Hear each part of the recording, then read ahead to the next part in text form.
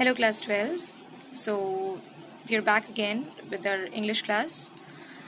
Okay, so yesterday we started Strong Roots, which is an extract taken from APJ Abdul Kalam's autobiography, Wings of Fire.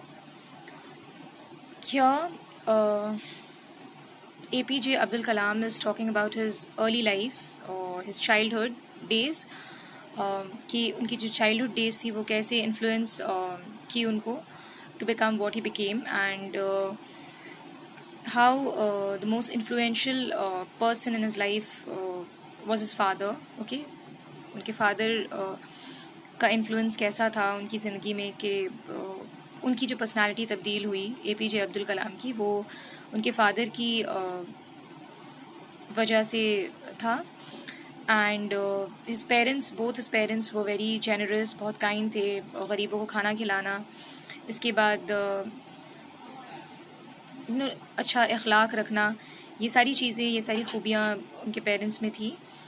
And he used to stay with his siblings. उनके बहुत सारे भाई बहन थे, ठीक है, जिनमें से वो भी एक थे. And like look wise he was not like his parents. जैसे उनके पेरेंट्स थे tall and handsome, he was not like that. They used to live in the ancestral house, ठीक है, वो पक्का हाउस था which was made of limestone and brick. Mosque street में रहते थे वो लोग.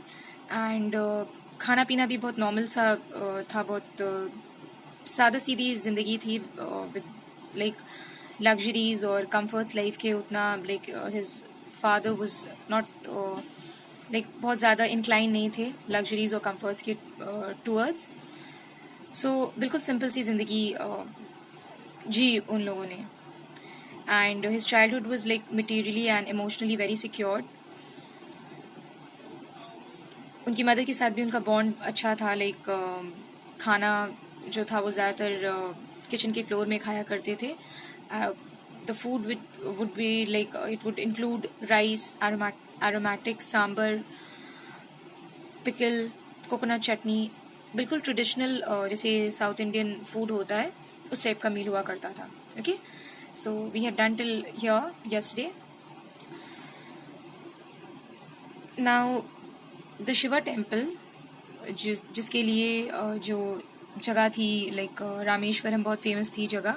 ओके, पिलग्रिम्स आया करते थे शिवा टेम्पल में वर्शिप करने के लिए, वहाँ पे प्रे करने के लिए. वो टेम्पल जो था it was a 10 minute like 10 minute walking distance पे था वो. एंड उनकी जो लाइक लोकेलिटी थी इट वॉज प्रीडोमिनेटली मुस्लिम लोग रहते थे बहुत ज़्यादा वहाँ पर. लेकिन फिर भी a lot of Hindus would be staying there, Hindu families भी रहती थी. एंड वो लोग दोनों कॉर्डियली रहते थे एक दूसरे के साथ, like Hindu Muslims, without any differences, without any ऐसा कोई आर्ग्यूमेंट, लड़ाई झगड़ा कुछ भी नहीं था. Okay, and there was a very old mosque उनकी लोकेलिटी में, जहाँ पे उनके फादर उनको इवनिंग प्रेयर्स के लिए लेकर जाया करते थे, मगरिब के प्रेयर्स के लिए. Okay, and APJ Abdul Kalam is also saying that जो अरबिक में प्रेयर जो पढ़ते थे, चैंट करते थे, he never understood it, even he never even had the faintest idea like कि क्या मीन करता है वो, मतलब नहीं समझ में आता था. But he was convinced that वो जो भी प्रे कर रहे हैं it is reaching God. Okay, ईमान रख के प्रे करते थे वो. And when his father would come out of the mosque, people would be like sitting outside and waiting for him, and they would offer पानी से भरा हुआ बोल देते थे उनको. He used to dip his fingertips and chant some prayer, कुछ दुआ पढ़ते थे. and वो लोग क्या करते थे, वो बोल को लेकर, जो पानी से भरा हुआ बोल होता था, they would carry it to their like home. और इनवैलिड्स के लिए, इनवैलिड्स जैसे जो पीपल जो जिनकी तबीयत ख़राब है, इल हैं, या फिर किसी भी तरीके से मुसीबत में हैं, उनके लिए वो पानी लेकर जाया करते थे. और इसके बाद जब वो क्योर हो जाते थे तो उनके फादर को थैंक्स करने के लिए भी आते थे. But his father would say that instead of thanking me, you should thank Allah, he is a merciful. जो भी किया है अल्लाह ने किया है, ठीक है, I have not done anything. So then जो रामेश्वरम टेम्पल के जो हाई प्रीस्ट थे, सबसे बड़े जो पंडित होते हैं जो थे, पाक्षी लक्ष्मणा शास्त्री नाम था उनका. He was very close friend of his father. Okay, उनके फादर से बहुत अच्छी दोस्ती थी, बहुत क्लोज थे वो लोग दोनों.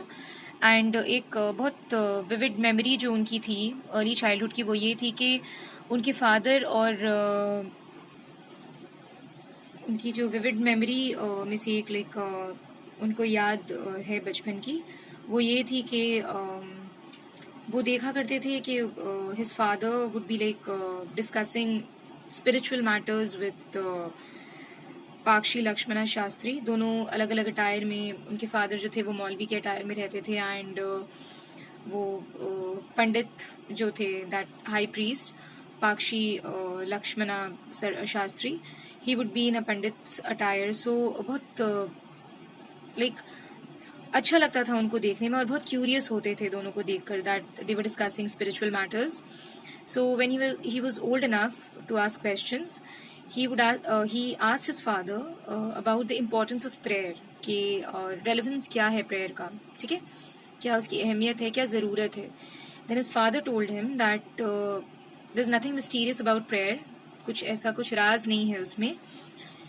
Rather, prayer जो है, it transcends your body and it becomes a part of the cosmos. Okay, cosmos different part of the universe में चला जाता है, ऐसा लगता है. बॉडी ऐसी जगह पर, ऐसे पार्ट में जहाँ ना दौलत की कोई डिवीजन होती है कि कौन अमीर है कौन गरीब है, ना ये देखा जाता है, ना एज देखी जाती है वहाँ पे कि कोई छोटा बच्चा प्रेयर कर रहा है या बड़ा कोई प्रे कर रहा है.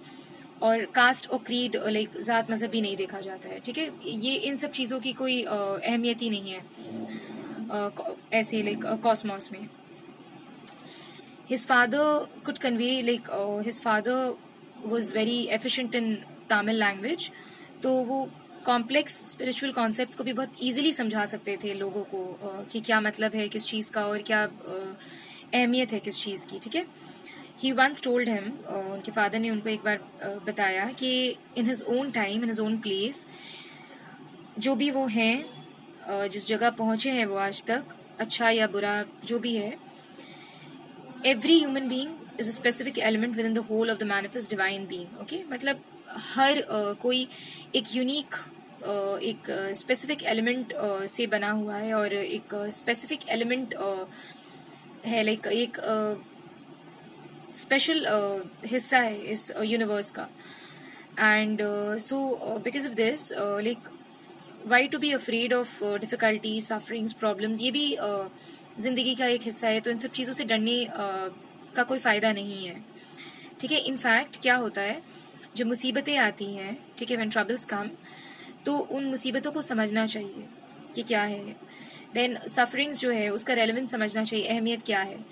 इनफैक्ट होता क्या है, उनके अकॉर्डिंगली वो क्या बोलते हैं, दैट एडवर्सिटी, जब मुसीबतें lot of problems come together, then they always presents opportunities for introspection.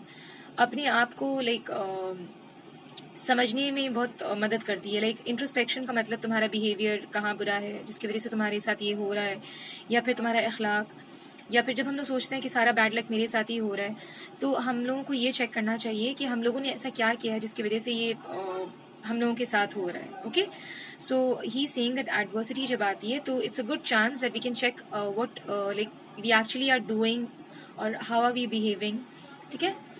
So this is what he meant. Okay, let's do till here today. Okay,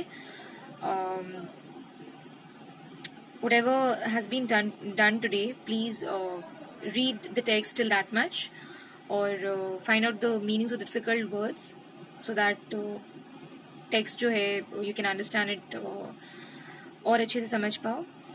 And we'll continue with the chapter in the next video. Thank you.